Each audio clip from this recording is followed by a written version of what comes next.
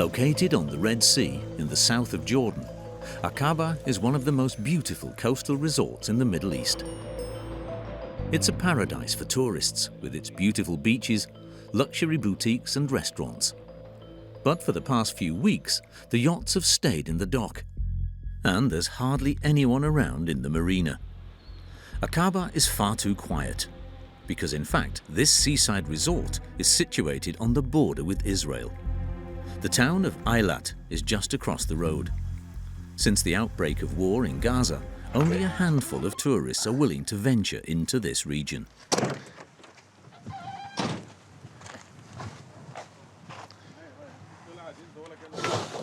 Myself.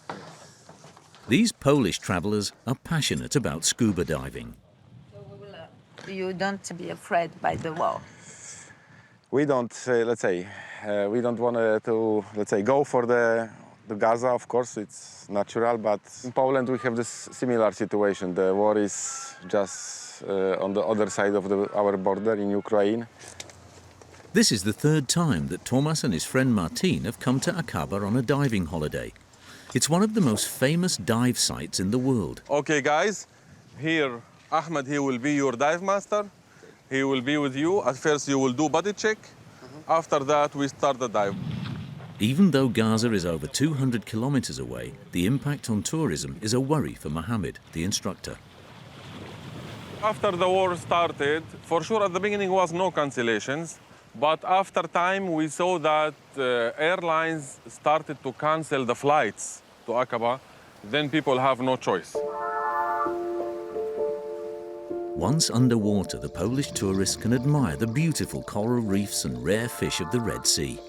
But the dive tour includes some more unusual attractions.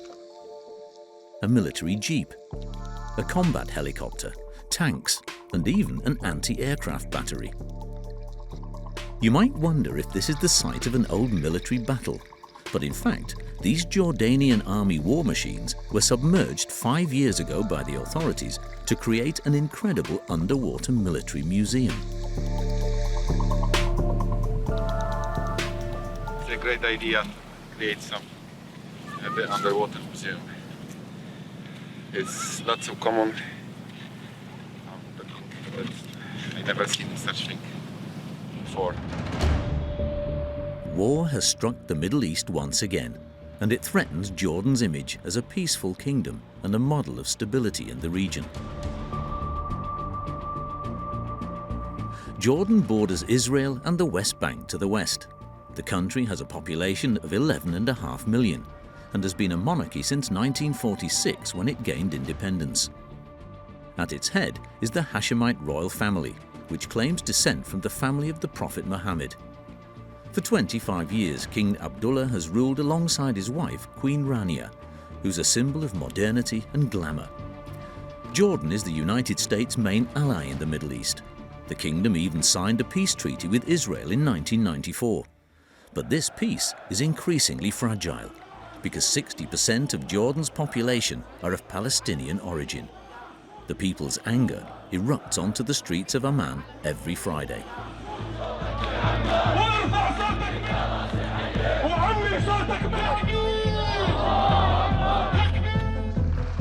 Queen Rania, herself of Palestinian origin, denounced the suffering that has been inflicted on the people of Gaza. International humanitarian law prohibits collective punishment. But in Gaza, collective punishment is the strategy. The Jordanian authorities have committed themselves to help. They frequently organize operations to drop humanitarian aid into the enclave. There is some medical and medicine for some hospital to Gaza, inshallah. As a direct result of the conflict, Jordan's archaeological treasures and tourist sites, such as the Wadi Rum desert and the ancient city of Petra, are deserted.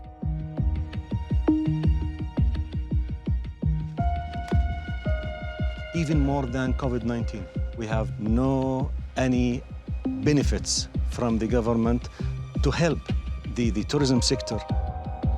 And yet another disaster for tourism, the falling levels of the Dead Sea, which has long been prized by travelers for its salty waters. On se trouve en fait Au niveau de la mer, il y a 17 ans. On voit que maintenant, on a à peu près 15 mètres de dénivelé. On perd environ 70 cm à 1 mètre tous les ans. Water shortages are a huge challenge for the kingdom. Jordan is one of the driest countries in the world. Water is rationed everywhere. لأنه من الصبح أنا ما فيش ولا نقطة مي. صار لي 3 أيام من غير مي. Jordan is an extraordinary kingdom at the heart of a tumultuous region.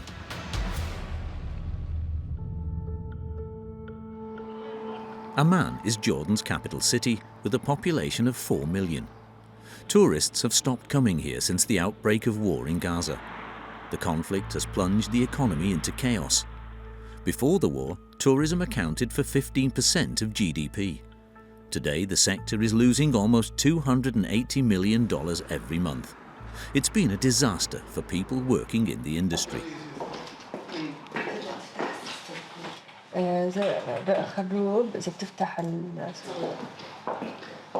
Yasser runs a travel agency.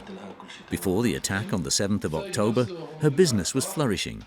80% of her customers came from Europe. But today, many European travellers are cancelling their trips. This is our reservation from 1st of March until end of October. But like today, for example, this group is just cancelled now. If they watch the news and they think it's too dangerous, they can change their mind any minute and cancel. Yasser isn't sure she'll be able to keep her 12 employees. We lost almost $2 million from October 7th until now. We lost 70% of our work. Growing tensions in the Middle East makes Jordan seem like a risky destination. But some travellers have seized the opportunity. A few weeks later, Yasser welcomed a group of 25 tourists from France. Merci de venir en Jordanie, vous êtes notre meilleur ambassadeur. Comme ça, quand vous rentrez, vous pouvez dire à tous vos amis et à votre famille comment c'était la Jordanie, et peut-être ils vont venir aussi. Despite the warnings, there was no question of Betty and her husband Christian, both retired, cancelling their holiday. Il y a certaines personnes qui me disent vous êtes sûr vous allez revenir quand même. On est là, tout va bien. They paid €2,000 per person for an 11-day trip, including flights. The first stop on their trip was Jordan's must-see destination, Petra. Hidden in a desert of red sandstone, this 1,000-year-old city was built in 300 BC by the Nabateans, a formerly nomadic tribe of traders who settled there. Petra represents a major financial windfall for Jordan. Foreign tourists pay an entry fee of €50. With visitor numbers plummeting, the French tourists can explore the site without any crowds. They will travel through the Sik, a narrow canyon which is 1.5 kilometers long.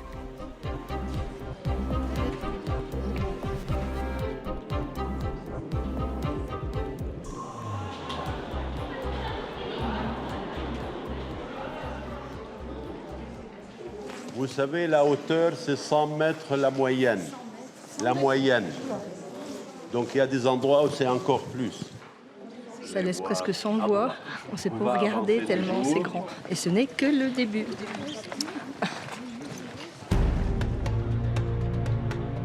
After an hour's walk, they finally reach the famous treasure of Petra. Oh, c'est grandiose. Hein. Je me mets à la place des personnes qui sont arrivées là, les premiers. Les premiers, oui. Découvrir ça. A majestic 40-metre-high monument sculpted entirely from rock, a unique architectural blend of Nabatean, Greek and Roman influences. C'était le tombeau pour un roi nabatien, il s'appelle Aritas IV. Les Nabatiens, ils commençaient du haut vers le bas. Et en même temps, ils faisaient les reliefs. Imaginez le travail seulement pour enlever les pierres. Petra used to welcome 6,000 visitors a day. Now there are just 1,000. C'est agréable, on peut s'avancer, on peut prendre des photos, on peut prendre le temps de regarder et puis d'en prendre plein les yeux. But the calm is only a facade. The ancient city is the scene of a 30-year conflict. That same day, a man was taken away by the police. He belonged to a Bedouin tribe, the Bedouins, who traditionally lived in Petra. They used to live in homes built into the caves. They were evicted after the site was listed by UNESCO in 1985. However, some families have moved back in to live and work there. The Jordanian government regularly evicts them. In December 2023, they used tear gas. Most of the Bedouins have been rehoused in Aum Sayoun, a village outside the site. Othman, 34, is a tourist guide. He condemns the authorities' attempts to clear the site. Hello, sister. Are you good? My sister. We live here. He's been living with his sister since the police violently evicted him from his cave house in December 2023. And I was in my cave when I was born there. I have no any home to stay. And they come to me with no excuse and they take me to the jail for almost 1 month for no reason. He's now banned from working as a guide. On the day of his arrest, his sister's souvenir shop was also bulldozed. The government, they say we like to make in Petra something different, and I don't know why. I am very sad, not about the money, about Petra, about my job. There are still around 40 people living in caves on the land where they were born, away from the commercialized and signposted tourist site. But they feel that they are being persecuted.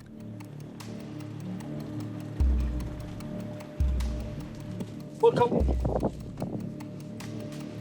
Our cousin Awad. Awad lives in a tent on this rocky outcrop. He's also set up his jewelry and souvenir shop there without permission. Look. This is the pyramid. A few days ago, the authorities brutally evicted him. The government coming with some team, I call it Petra team, just to broke and push Bedouins from the area. Like coming and tell me you have to move from this area with like more than 100 policemen. I take shock because I don't understand why and what I want to do. And still now, I don't know why. It's like burning all of the mountain. You can't follow me if you want to. His shop was seen as illegal, and so the police threw all his goods down below before setting fire to them. This is the old shop, burning in this area. I lose more than 100,000 dinar. Awad won't even consider abandoning his little corner of paradise. Oblivious to the tensions which overshadow Petra, the group of French tourists continue their journey. En voiture, Simone. They are about to discover another gem among Jordan's tourist attractions, the Wadi Rum desert. Riding in the back of these pickup trucks, the journey becomes quite an adventure, especially when they notice that the driver looks surprisingly young.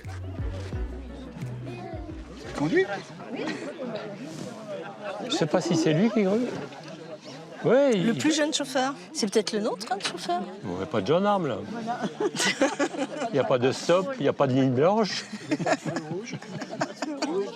La priorité... Tu peux juste écraser un dromadaire, c'est tout.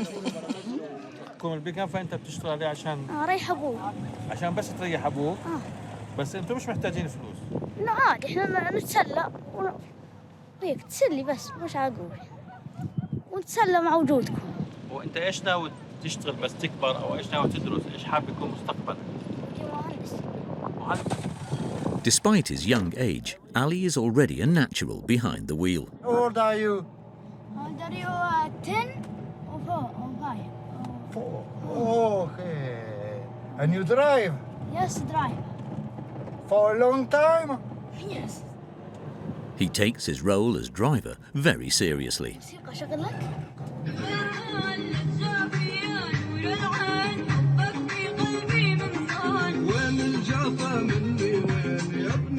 With its rocky mountains, cliffs, red sand dunes and natural arches, the Wadi Rum desert is unique in the world. After 3 hours, the tourists arrive safely at their destination.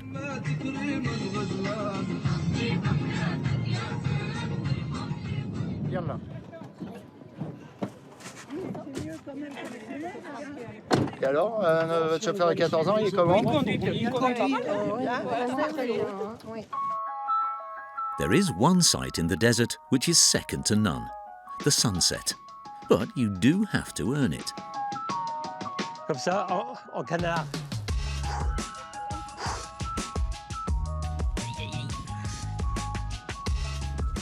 C'est impeccable. Il y a le soleil devant, la lune derrière, on est dans l'alignement. On se sent seul au monde là, hein. C'est romantique.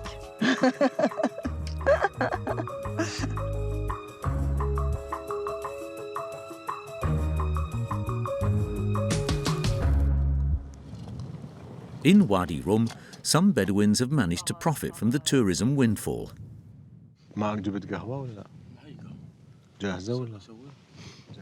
Usama is a pioneer in the desert hotel industry.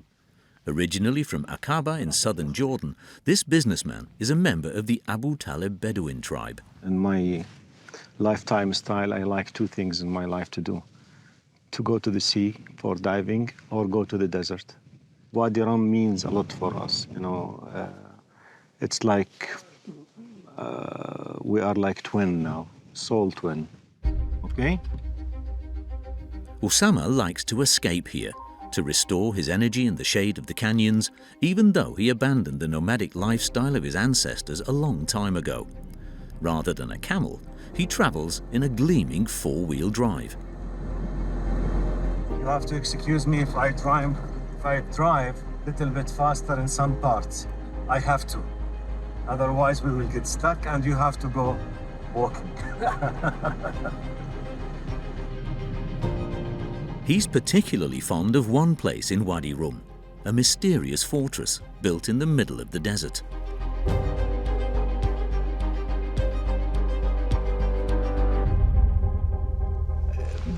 All the architect is oriental. From the arches, from the stone, from the colors, from the wood, when they use it with the, you know, this is actually, you know, this is an Islamic art. It's known as the French castle, but it doesn't date back to the 12th century or the Crusades, and definitely not to the Ottoman period. In fact, it was built 25 years ago, as a set for a French television program called Les Forges du Désert. It's now used as a film studio. Like the whole of Wadi Rum, it's perfect for Hollywood movies. Many films were shot here, starting from Lawrence of Arabia, Mission to Mars, Red Planet, The Martian in 2015, Aladdin in lately 2018 or 2019, also Transformer Force. With its red sand and rock formations rising from the dunes, Wadi Rum bears an uncanny resemblance to the planet Mars. Usama spotted an opportunity. Assalamu alaikum. كيف حال الشباب؟ In his hotel, which opened 30 years ago, شو عندنا حجوزات اليوم؟ إن شاء الله عندنا مكتب من جوردان. Okay. He had these bubble-shaped tents built. For around €200 a night, you can enjoy an experience which is truly out of this world. People start asking about this bubble tent, how we can sleep and stay on Mars but on Wadi Rum. The people, they enjoy by laying down on the bed here, watching these 7 million stars in Wadi Rum here, and enjoying the sightseeing, especially when also it is full moon in Wadi Rum. You feel yourself, really you are in the space. And for those who prefer to remain on planet Earth, Usama has converted these traditional tents. It was made by the fabric which is the Bedouin goated hair tent made out of the goat hair. But authenticity has its limits. The tents have electricity, air conditioning and bathrooms. Despite being so comfortable, they've been completely unoccupied since the 7th of October 2023.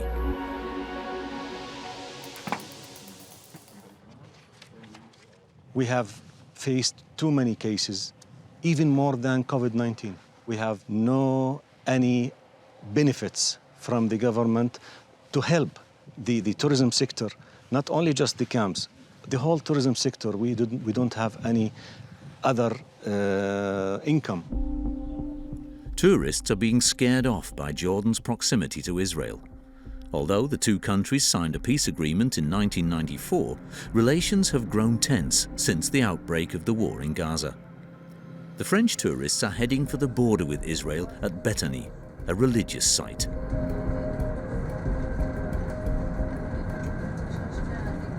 Bethany, c'est la place où Jésus était baptisé par Jean.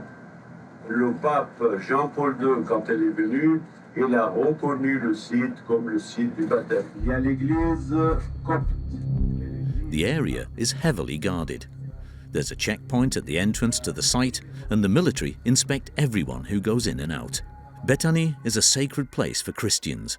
Whether Catholic, Orthodox or Maronite, every branch of Christianity has its own church here.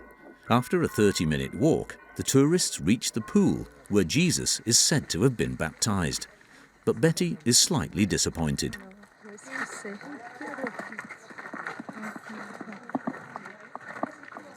Il n'y a pas grand-chose, il n'y a pas beaucoup d'eau. Et il faut imaginer que le Jourdain était juste là. Vous savez, quelquefois, les rivières, elles changent de lit. 100 meters further on, they reach the River Jordan, which forms a natural border with the West Bank. Juste en face de nous, c'est la Cisjordanie, c'est-à-dire c'est la Palestine, même si vous voyez le drapeau israélien, parce que c'est toujours, toutes les frontières est occupées par Israël. The sacred river is no more than a thin stream. It is dying. The flow has been reduced by a factor of 60 in the space of less than a century. Le Jourdain, il est sale, hein? Marron. Vous vous attendiez à ça? Non, je m'attendais, bon, pas à un oasis, mais l'eau plus claire déjà. Vous êtes un peu déçu? Oui, un petit peu, oui. The River Jordan is dying largely because its water is coveted by other countries. Its source lies 300 kilometers away at Mount Hermon on the Lebanese-Syrian border. Upstream from Jordan, Syria and Israel pump huge quantities of water from the river. Further south in Jordan, the river's flow is considerably reduced, and its waters are also diverted through this canal, the King Abdullah Canal, for domestic use and crop irrigation. The Jordan Valley accounts for 3/4 of Jordan's agricultural production.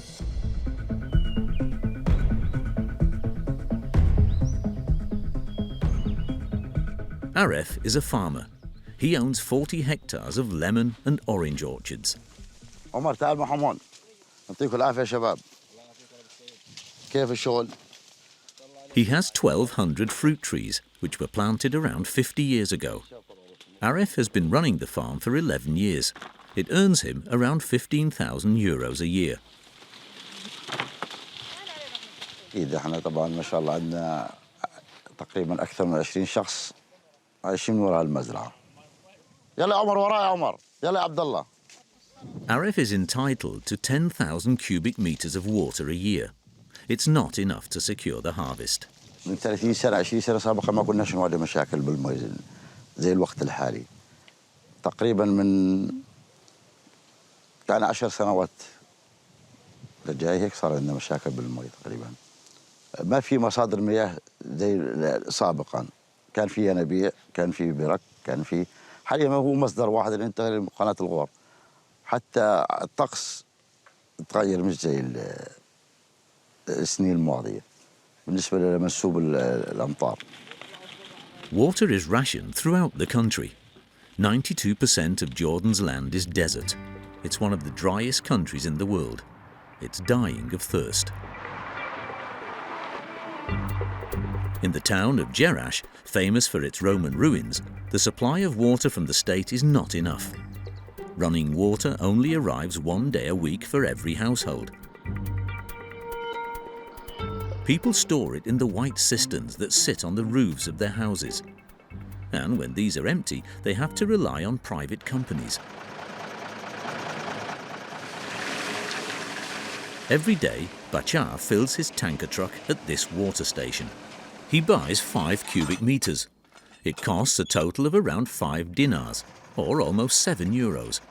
He'll resell this water for 3 times the price to private customers.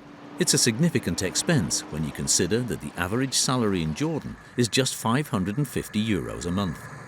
يعني في عيال بتطلب تنك كامل لحالهم. بس العيال بتلاقيهم مكونين من 10 ل 12 شخص بالبيت. يعني بجوز تلاقي هو وامه وابوه ومرته واخوه ومرته واولاده. Bashar makes his rounds at top speed because his customers are desperate. تلفنوا علينا إذا تأخرت عنهم 10 دقائق ربع ساعة بقول لك والله أنا مقطوع من المي ما عنديش ولا ريح. بدي أغسل بدي نغسل نشطف أنا أسوي لك. قيم السلك. روح قيم السلك طيح. والماسورة لورا.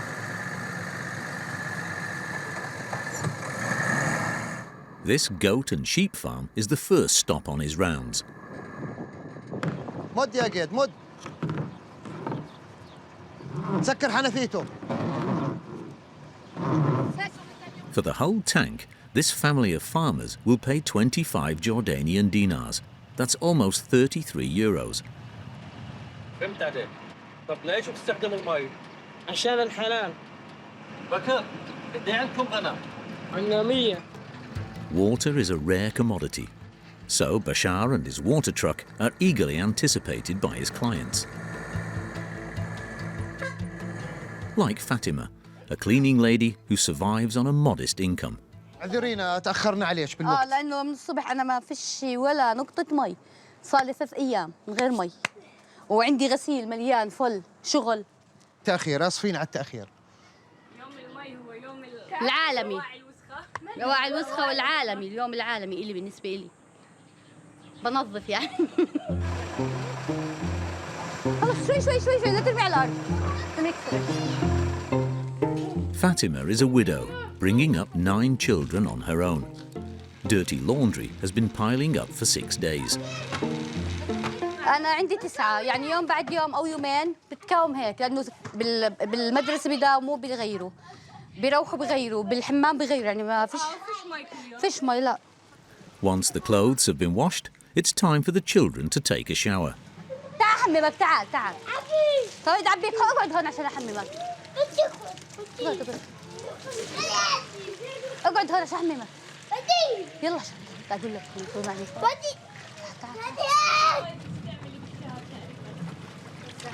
The water shortage also has serious consequences for the environment. In the west of Jordan, the Dead Sea is one of the country's other tourist gems. This stretch of water measures 810 square kilometers and has the highest salinity level in the world. No one swims in it because they float. Over the last 30 years, dozens of luxury hotels have sprung up on its shores to cater for the millions of visitors who are curious to try the saltwater experience. Sébastien runs this palace, which caters to a very wealthy clientele. Good morning. Salam. Donc là, on est dans une des 2 royal villas, prisées par une clientèle à la fois arabe, mais également une clientèle russe. On la loue en moyenne entre 22 et 25 000 euros en fonction des saisons. This 200 square meter suite features a terrace, a swimming pool, and, above all, breathtaking views of the Dead Sea. But the sea is disappearing. On se trouve en fait au niveau de la mer, il y a 17 ans. C'est-à-dire quand l'hôtel a ouvert, ces marches permettaient à nos clients d'accéder à la mer morte. Et donc, on voit que maintenant, on a à peu près 15 mètres de dénivelé. On perd environ 70 cm à 1 mètre tous les ans. The hotel is fighting a losing battle. Donc là, en fait, c'est le nouvel escalier, évidemment, qu'on rallonge tous les ans au fur et à mesure que la mer descend. Customers like Lisa and her husband, visiting from the United States, still enjoy the benefits of the Dead Sea. They smear themselves with its mineral-laden mud, which is thought to soften the skin. It's always been a dream of mine to float in the Dead Sea, and I lived my dream today. It's wonderful. We're leaving today, but I can't wait to plan the trip to come back. You know the Dead Sea will disappear one day. You know that? No, I don't know that. Really? That's terrible. Due to a combination of global warming, the drying up of the Jordan River that feeds it, and the overexploitation of its waters to extract minerals, the Dead Sea has lost a third of its surface area in 50 years. If nothing is done, this saltwater lake will disappear by the end of the century. So there's a water crisis and a tourism crisis. Jordan faces many challenges, but above all, the kingdom needs to maintain its political stability. This has been jeopardized since the outbreak of the conflict in Gaza. We're in the country's capital, Amman, at the political headquarters of ruler al-Rob, a leading opposition figure in Jordan. They stopped there امبارح أعلن الصفدي أعلن بدناش هدول بدناش تبعون التانيين. Every Friday since the 7th of October 2023, she and her activists demonstrated against the Israeli offensive in Gaza. Yeah. أشوف ماكرون خلص راح غير رأيه. He changed his language. Their anger is focused on one man in particular, the Israeli Prime Minister Benjamin Netanyahu. Netanyahu is butchering infants in Gaza. He is killing children and women. This is not self-defense, this is genocide.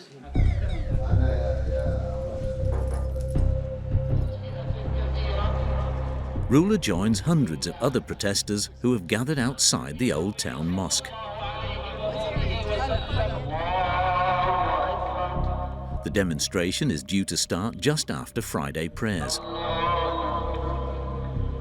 It's been authorized, but will take place under close surveillance.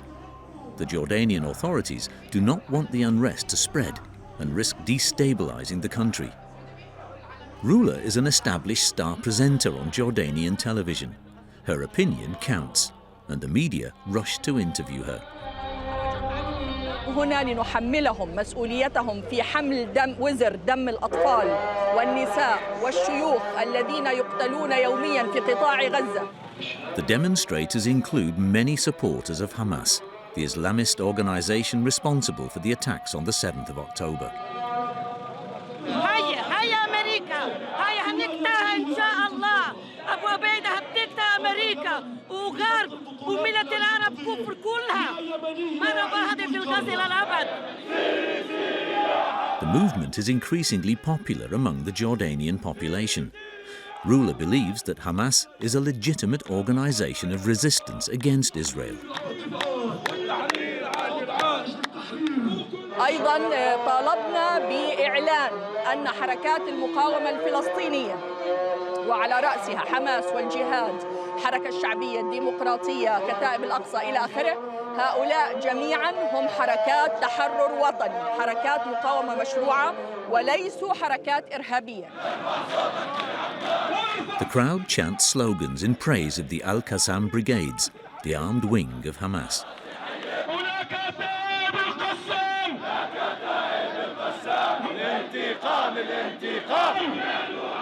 Then they call for the destruction of Israel.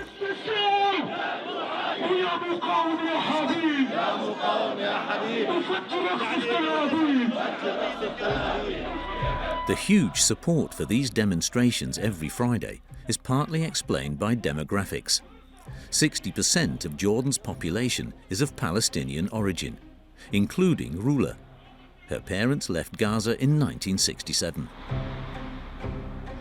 Rula has recently recovered from cancer and is herself an example of success and integration. Her husband, a surgeon, is Jordanian. They have 4 children, 2 of whom are studying in the United States.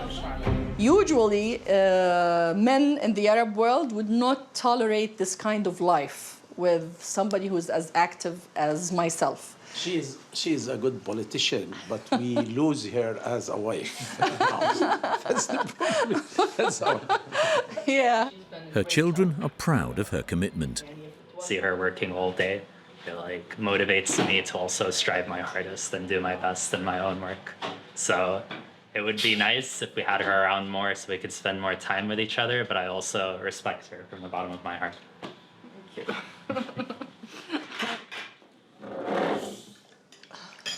A few months ago, this committed feminist created her own party, Labour, a social democrat party. والمبادئ العامة بدنا نحولها إلى كلمات. هلأ في البروشور شو هي الديمقراطية الاجتماعية؟ الديمقراطية الاجتماعية عندها 3 قيم أساسية: العدالة، الحرية، التضامن. حزبي أبرز ملامح برنامجنا الحزبي اللي يفترض بكل. Jordan is a parliamentary monarchy in which the king holds virtually all the power. Criticising the king could land you in jail. It's a challenge for Rula and Rania, her communications officer. It's not easy to be part of an opposition. We can't criticize the king because the king, His Majesty, King Abdullah, he is the mutual, let's say, or he is the, we all agreed upon him because we love him, we like him. We don't want to criticize him. We want to criticize the policies of the government, which was accumulated through decades, lead us in social problems, lead us economic problems, etc. As well as her political struggle, Rula is constantly concerned about the plight of civilians in Gaza. Her sister Jihan, who used to live in the enclave, has just fled to the United Arab Emirates.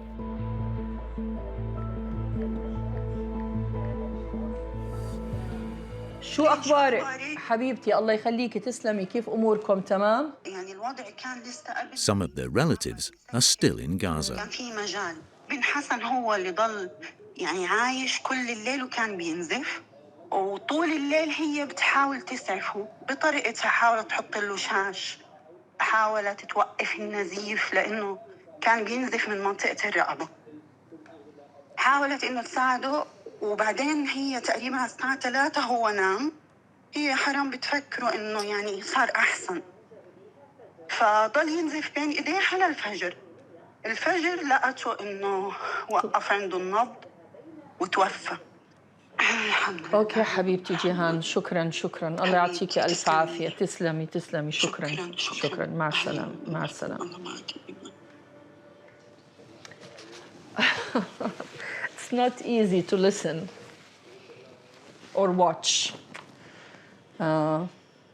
Unfortunately, the governments, the Arab governments, could have done something. They could have stopped all relation with Israeli government. They could have frozen all the agreements they have with the Israeli side. And if they did so, this war should have stopped a long time ago. King Abdullah has found himself in a difficult position since the attacks on the 7th of October 2023. On the one hand, he must support the Palestinians or risk alienating his own people. On the other, he needs to maintain good relations with Israel and his kingdom's main ally, the United States. Jordan receives $1.5 billion in American aid every year. In return, the United States has more than 3,000 soldiers stationed in the kingdom. This delicate balance was put to the test on the 1st of October 2024.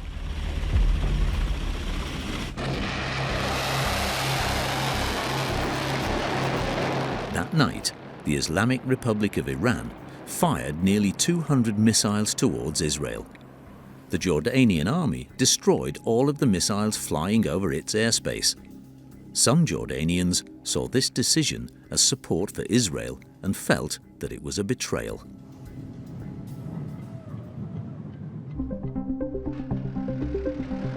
Meanwhile, the kingdom is providing massive amounts of aid to the people of Gaza. In this warehouse on the outskirts of Amman, employees of the kingdom's charitable organization are busy.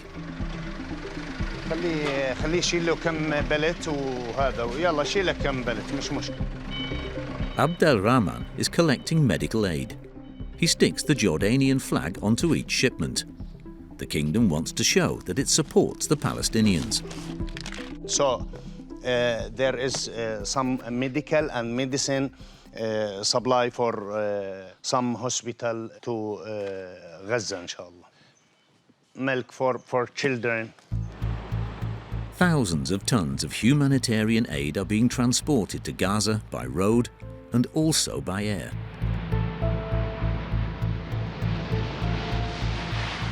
There are almost 8 tons of food on board this Royal Jordanian Air Force plane, including rice, flour and sugar. The pilot was given permission to fly over Israeli territory. After a 45-minute flight, the plane reached the Gaza Strip.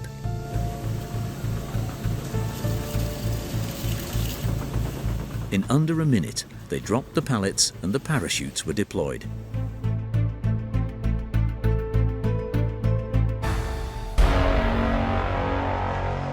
King Abdullah himself showed his support for the people of Gaza in February 2024 by taking part in one of these airdrop operations.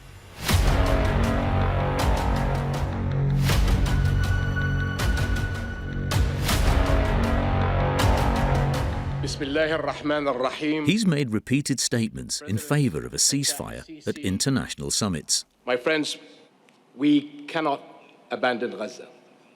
It should be everyone's priority, because history will judge us by our actions.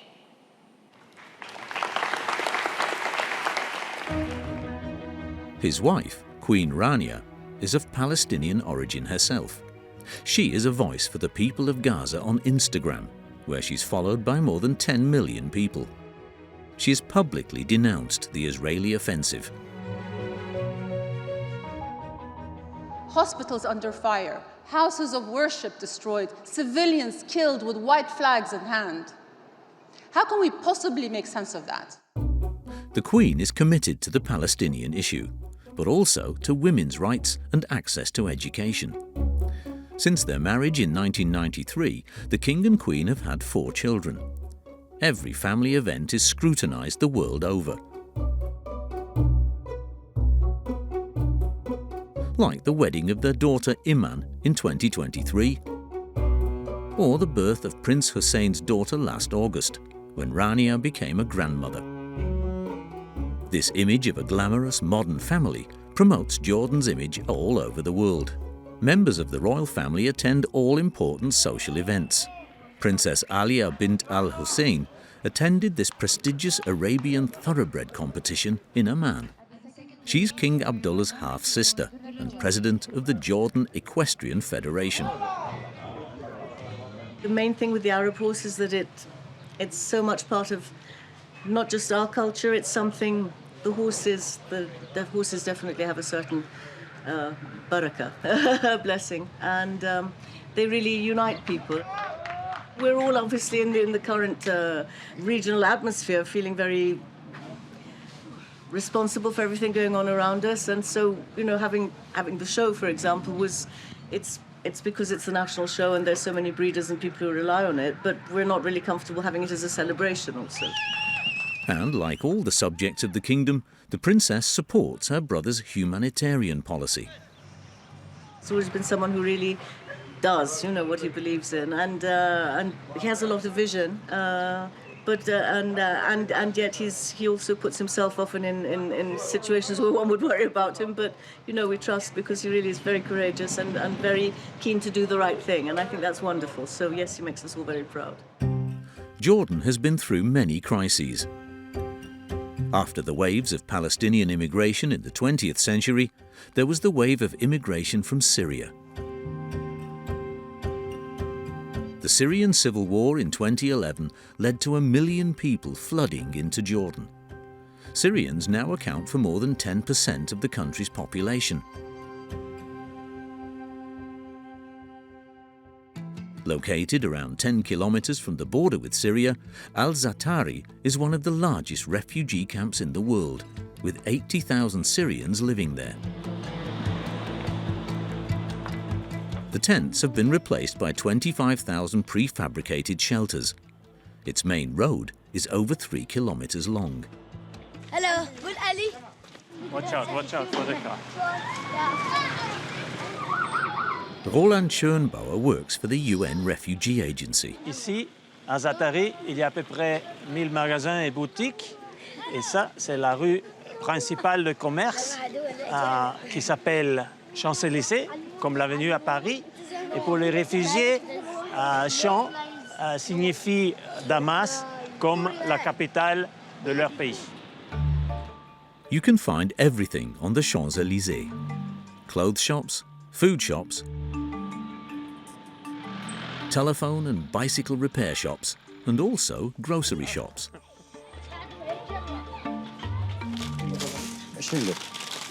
Refugees shop there with the help of grants distributed by the UN's High Commissioner for Refugees. These grants vary between 150 and 250 euros per month, depending on the number of children in the family.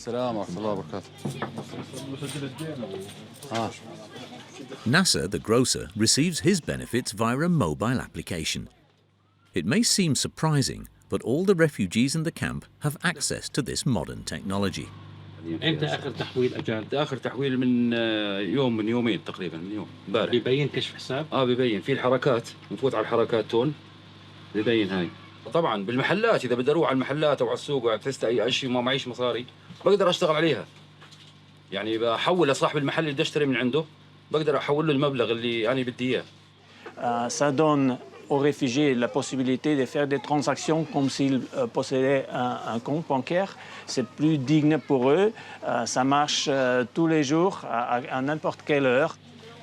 Originally from Dera, Nasser has been living in the camp for 12 years. His eldest son works with him in this shop, which opened in 2017. كان الوضع المادي تعبان، قلت لك أول ما أجينا من هون ما توقعناش نقعد هالفترة يعني الطويلة بالمخيم هون، بس يوم شفنا إنه الأمور طالت والمستقبل صار محتوم تقريبا هون، يعني قلنا بدنا ندور على مصدر عيش ومصدر شغل نشتغل. في عندي أولاد قلت لك وفي عندنا مسؤوليات وبدهم التزامات. In Syria, Nasser earned a very good living. أدوات طبية، كنت أشتغل بالأدوات الطبية، نوزع على المحلات، على محلات الجملة، على الصيدليات، أدوات طبية واكسسوارات نسائية. ليش ما ترجع على سوريا؟ والله الوضع صعب، ما في أمان بسوريا، ما في استقرار، وعندي أولاد صغار. يعني مو ضابط الوضع أرجع على سوريا حاليا. Nasser and his wife Mariam live here, just behind the shop. The home is beautifully decorated with several rooms. هاي غرفة مجلس للضيوف. هاي غرفة للأولاد. Their 5 children share one bedroom. غرفة بيناموا فيها الأولاد. They also have a fully equipped kitchen. بدنا نسألك على الكهرباء عندكم، قديش بتيجي؟ الكهرباء الصبح بتيجي الساعة 11 12 تطفي الثلاث. Mariam's last 2 children were born in the camp. Rahal, her 3-year-old daughter, and Ahmad, age 9. حطيت كتبك كلهن جاهزات؟ أيوة تمام. Almost 20,000 children have been born in the Satari camp in the past 12 years. But Jordan has not given up on them. They all have access to free education. The camp has 19 schools, with girls attending in the morning and boys in the afternoon.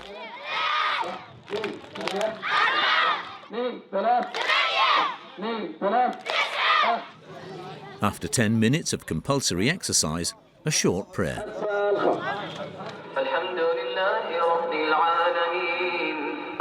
before moving on to the most important ritual, the Jordanian national anthem.